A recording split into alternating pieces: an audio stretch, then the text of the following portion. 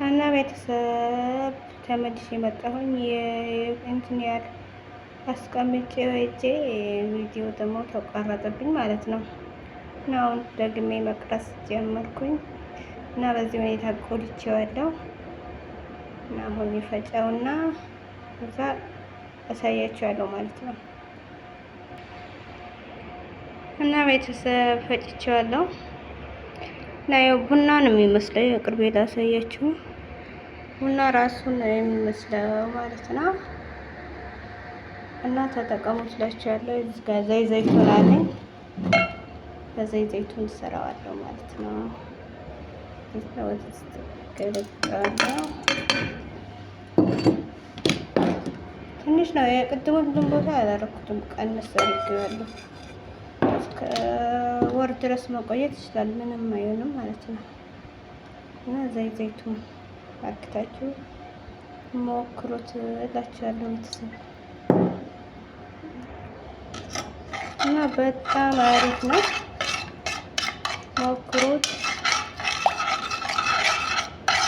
ስትቆሉት ምናምን ትንሽ ቤቱ ምናምን ይረብሻል ሽታው ማለት ነው።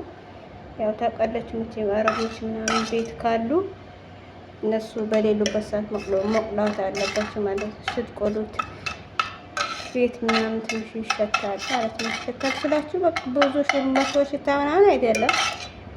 እና የአረቦች ውስጥ ትንሽ ነገር ስለሚያካብዱ ነው እላችኋለሁ። እና አሁን ወደ እሳት ይዘዋለሁ። ያው እሳት በትንሹ ነው ያደረኩት፣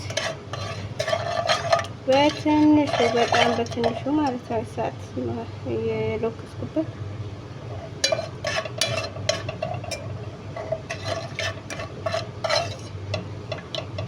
እና በጣም አሪፍ ነው ለሚነቃቀል ፀጉር፣ ለሚሸሽ፣ ለሚሰባበር እንዲሁም ደግሞ አልበዛ ያለ በጣም አሪፍ ነው። ተጠቀሙት። እሺ በጣም ተጠቅሜበት ነው እና ለእናንተ ያካፈልኩት ማለት ነው።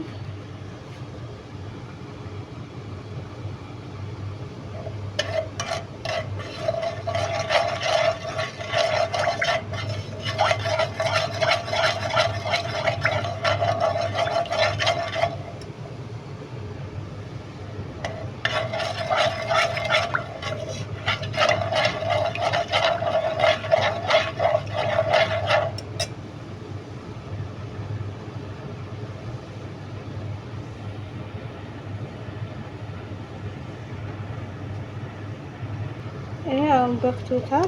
በትንሹ ነው እሳት በትንሹ ቀነስ ነው የምታረጉት።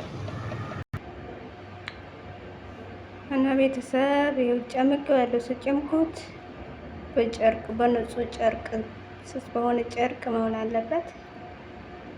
እና በዘይትም መስራት ይቻላል። ተጠቀሙት። እና ልትታጠቡ ስትሉ ነው እሺ የምትቀቡት። ከዛ አንድ ሰዓት ቆይታችሁ ታጠባላችሁ ማለት ነው። ሞክሩት።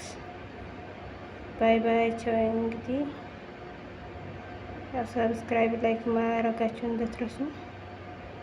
በሌላ ቪዲዮ ተመልሼ እመጣለሁ እና ሰላማችሁ ይብዛ። እና ቤተሰብ ያው ሞክሩት። እሺ ነው እንደዚህ አይነት እቃ ካላችሁ በእንደዚህ አይነት እቃ መቀባት ትችላላችሁ። ከሌላችሁ ደግሞ በቅባት ማንኛውም አርግታችሁ ልትታጠቡ ስትሉ ተቀቡትና ተጠቀሙበት እላችኋለሁ። እና ባይ ባይ።